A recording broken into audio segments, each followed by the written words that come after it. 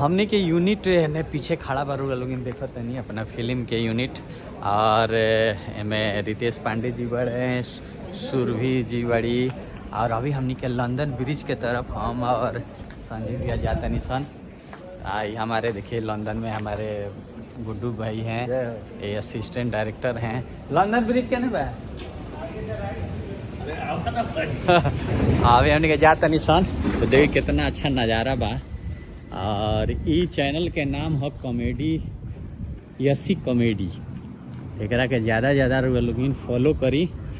ये पर एक से एक चीज़ दिखाएम हम लोग के ये चैनल के माध्यम से। और इन्हें बगल में देखिए सब कुछ बिल्डिंग सन के बाबे फीलिंग लॉर्ड्स और सुंदर, बहुत सुंदर जगह। लंदन आके तू ई ना कइल तो का कइल वे कहल जाला। तो अभी लंदन ब्रिज में हमनी के जाते नहीं सन और यहाँ हमनी के फिल्म भोजपुरी फिल्म के शूटिंग हो रहा है। देखिए पहला नज़ारा लंदन ब्रिज ई है लंदन ब्रिज। देखिए लोग हाँ सब लोग का सपना होला जी आवे के। ये देखिए क्या मस्त नज़ारा लंदन ब्रिज का। हमने के लंदन ब्रिज पर आगे गेट हम लोग पीछे हैं। हाँ ऊपर के गेट है, ये ऊपर का है रास्ता। अच्छा हम लोग पीछे से हैं। अच्छा हमने हाँ अच्छा ये ऊपर के रास्ता है लंदन ब्रिज पर। इधर चढ़ने से लिफ्ट है, लिफ्ट से ऊपर चल जाइए। हाँ लिफ्ट से ऊपर आदमी चल जाइए। एने सीढ़ी से भी एने सीढ़ी पे बगल में। अभी हमने के लंदन ब्रिज के नीचे आ गए निशान। अभी देखिए बहुत सुंदर नज़ारा रोल उनके लोग की। वीडियो अच्छा लागल हुई तो जरूर कमेंट करी लोगी। पहली बार लंदन ब्रिज पर आइल बनी और यह यसी कॉमेडी करके हमने के चैनल है। आई जी भूंजा भी मिलेला ये जी के भूंजा पीनट्स ये बेदाम मिलता।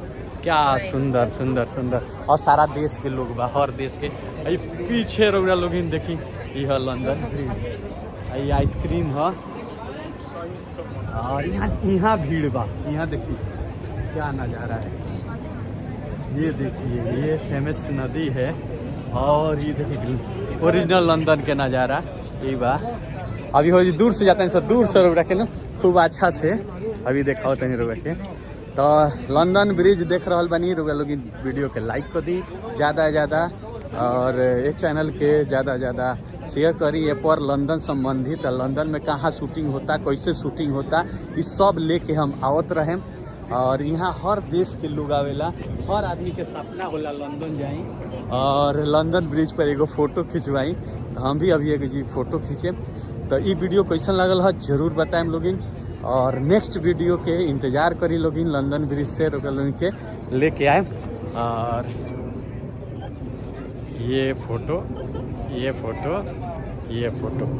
लंदन ब्रिज से लोग इंतज़ार करी। अच्छा वीडियो लेके आए। वीडियो के लाइक कर दी, कमेंट कर दी, शेयर कर दी। एक बार देखी ये है लंदन।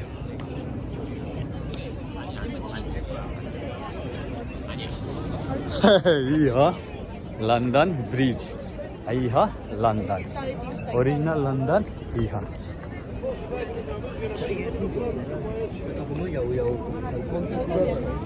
Thank you.